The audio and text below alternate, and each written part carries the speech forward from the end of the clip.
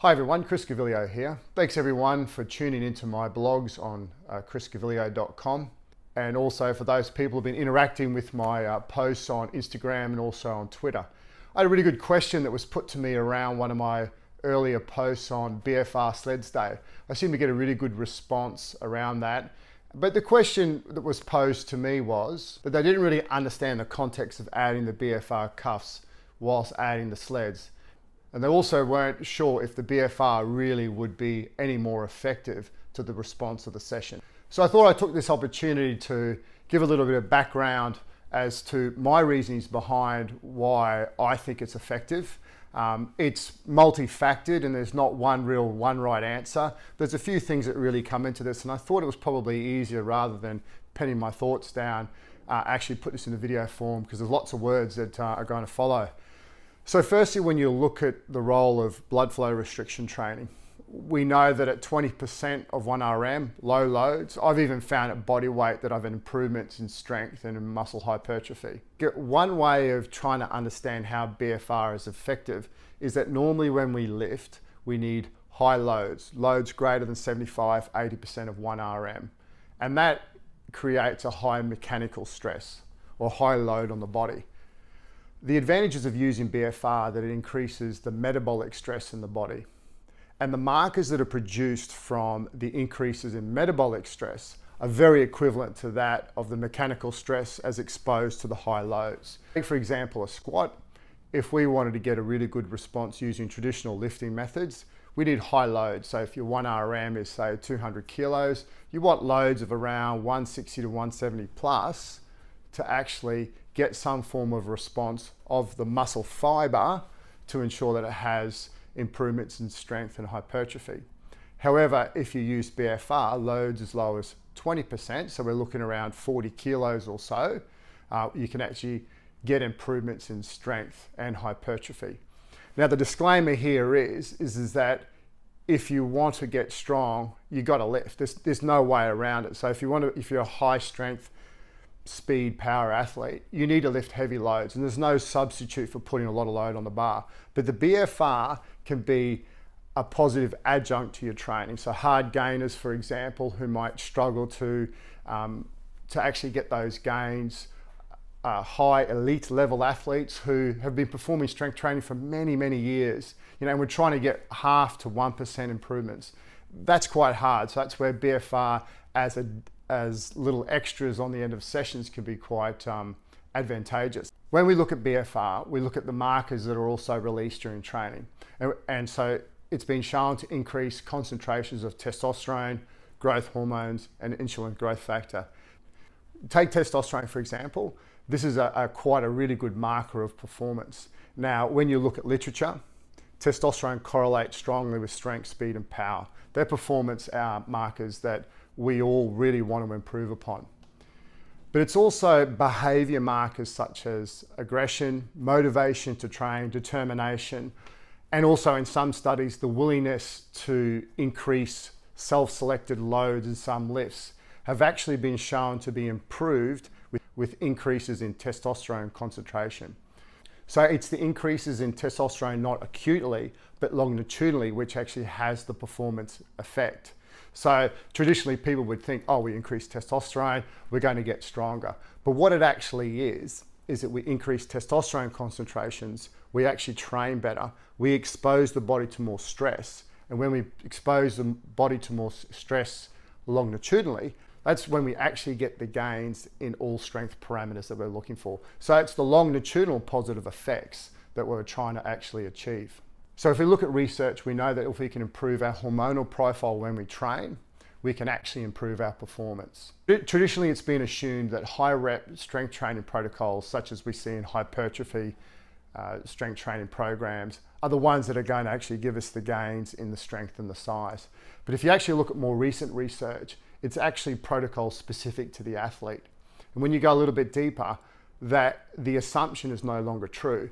It's whatever's specific to the body, and we actually need to start finding smarter ways on how to improve our hormonal profile during training.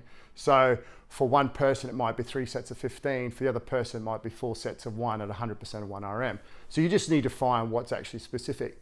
In some of my own work, which has been published, I actually found the same thing when I looked at 2 strength training protocols, a strongman and a boxing and a wrestling type session, that when you looked at a group analysis, that there was no real improvements in testosterone. But when you actually started to tease it all out, it was all protocol specific. And when you look at some of Christian Cook's work, when he actually then longitudinally trained the athletes using their T maximum protocol, or the protocol that produces the maximum amount of testosterone from before to after a session, they actually had improvements in strength measures. Then also in that same study, they actually performed their T-min protocol, or the protocol which produced little or no response of testosterone. They found that they either lost strength or didn't gain strength at all. So here we're starting to see that we really need to be smart about how we train our athletes, and that possibly that using methodologies that can improve our hormonal profile could be an advantage. So I've just spoken about the roles of hormones and how that can actually improve our performance in terms of our strength. The next one is just briefly on BFR.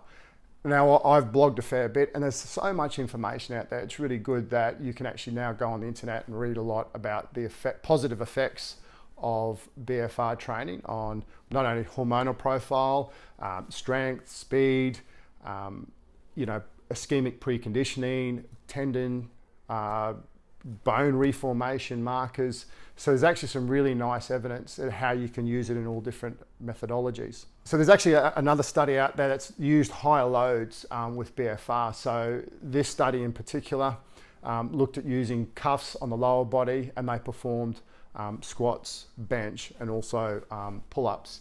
And they actually found by just having them on the legs, they actually get improvements in upper body strength and size compared to the same group when they didn't wear the cuffs. So that actually shows that there's a nice systemic effect, which reinforces other papers out there showing improvements in hormonal profiles. In my BFR Sled day, I just wear the cuffs on the lower body. Now that's actually just initially was used because it's probably the most effective, because I want to keep the cuffs on the whole time, be quite tough on the upper body, if anyone's done any upper body occlusion work. And so that I actually know, looking at research, that I'm wearing on my lower body, but systemically I've got a really nice effect. And probably the third point to consider here is your own strength training philosophies and periodization models. As I mentioned earlier, we really need to be lifting at loads of 75-80% of 1 RM to improve our strength levels. So we really need the mechanical stress on the muscle fiber to improve our strength levels. So within a high load training block or a training week, the ability to continually stimulate the muscle, which is exposed to continually high levels of mechanical stress, becomes an advantage. So this is where I find the advantage of using BFR with sleds to be a really good advantage. So if you're doing 2 really high load sessions in a week, you can actually get a third session in using a slightly more moderate load, but you know that the mechanical stress is a little bit lower, enabling the body to regenerate with actually getting the advantages of using the BFR. And when you actually look at some other strength training periodization models, such as in the West Side, my understanding is that within high load lifting protocols, they actually use some high rep regenerative type sessions, which are lower loads. And I quite like the idea of that, being able to, within a heavy week, have a session where we still want to stimulate the muscle, but you're decreasing the load on the joints and all the different junctions and connections and so forth. And the advantage here is that in a week, when you're trying to continually get improvements in strength with an athlete, or maintain strength depending on where they are in a season, by able to continue stimulating the muscle with lower loads or lower mechanical stress, this really has an advantage. Also, with athletes in a contact-based sports, you could imagine that if they're playing from weekend to weekend, that they're quite sore. So if it depends on what markers you look at, it can take up to 3 days for hormonal and also muscle damage markers to get back to normal. So if you only have 1 session a week, the ability to come in and decrease the mechanical stress somewhat while still getting the response to the muscle fiber, I think has really great importance. And once again, the advantage of sleds is there's no eccentric component. I think being able to have some form of regenerative type lifting within a week in certain blocks has great advantage. Now, once again, remember that the sleds is used somewhat more so in a general prep type phase when you're getting back into just general lifting and so forth. When you start heading to more your specific and competition type preparations, obviously the sled work will then move out. So I know that if I'm able to have an extra session within a week where I'm improving the hormonal profile of the athletes and also improving the muscle activation during the movements, I know that I'm doing the best I can for the athletes that I work with. And once again, just reinforcing the advantage of sleds is that it's just one type of session. There's multiple sessions out there that you could possibly perform. In a long season, so when I used to work in England with Bath Rugby, it was, a 30-odd week season. It was quite long and it obviously quite dark, not a lot of sunshine. So you need to be able to have sessions that you could quickly put into a week when the athletes just need a little bit of variety. So you need to know that, am I getting the right stimulus for the athlete? Am I doing the right thing? Tick, are they enjoying it? And I think that's, one of the question was around effectiveness. And so what is effectiveness, I think, is probably the other governing question that possibly needs to be highlighted. If it is effectiveness, strength levels, if you want to squat big, you've got to squat. If you want to bench big, you've got to bench. There's no way around that you need to lift heavy. But, as a one-off, as a session that's put in amongst other strength sessions, I think it has really good benefit. Also we talk about hormonal levels. When athletes enjoy the session or find, it's called satisfaction, socially it actually increases testosterone working together as a group. So a sled session can be formed quite well in open areas, so you can take the sleds outside. So you can really change up the environment, change up the social setting, and that also has been shown to improve testosterone concentrations, which longitudinally we can actually see that it has some form of performance benefit. And look, there's lots of assumptions here. Within BFR, there's responders and non-responders.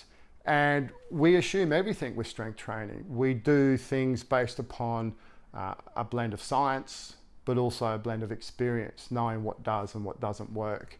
And it's been shown that at BFR that there are non-responders, and it's important to find this.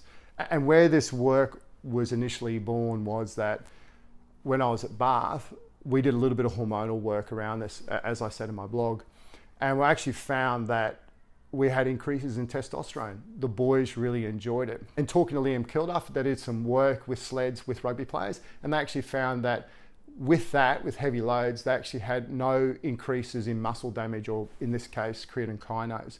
So you start putting a few things together, that the sleds is a nice change in stimulus. There's a lot of assumptions here, but when we look at the type of session that we're doing here, we're doing a sled session, so no eccentric component, has a variety. So in team-based sports, the athletes have to be strong, but is it a 10 kilo improvement in a squat? Is that going to be the determinant factor on the weekend? I actually doubt that. They need to still be strong. So being able to form sled sessions where you can do multiple movements, you actually create a more robust type athlete. So I've got variety, I've got a strong stimulus session. I'm actually able to decrease the load now because I'm using the cuffs. And I think that's quite important, because when you've got strong athletes, they have to lift and shift a lot of load, even on a sled, to get to some form of stimulus. So if I can add the cuff, I can decrease the load somewhat, but know that hormonally I've got a benefit, and the stress that's on the muscle is still going to have the correct response that I really want. And look, once again, this is just a tool in the toolbox. This is just one type of session that you could use.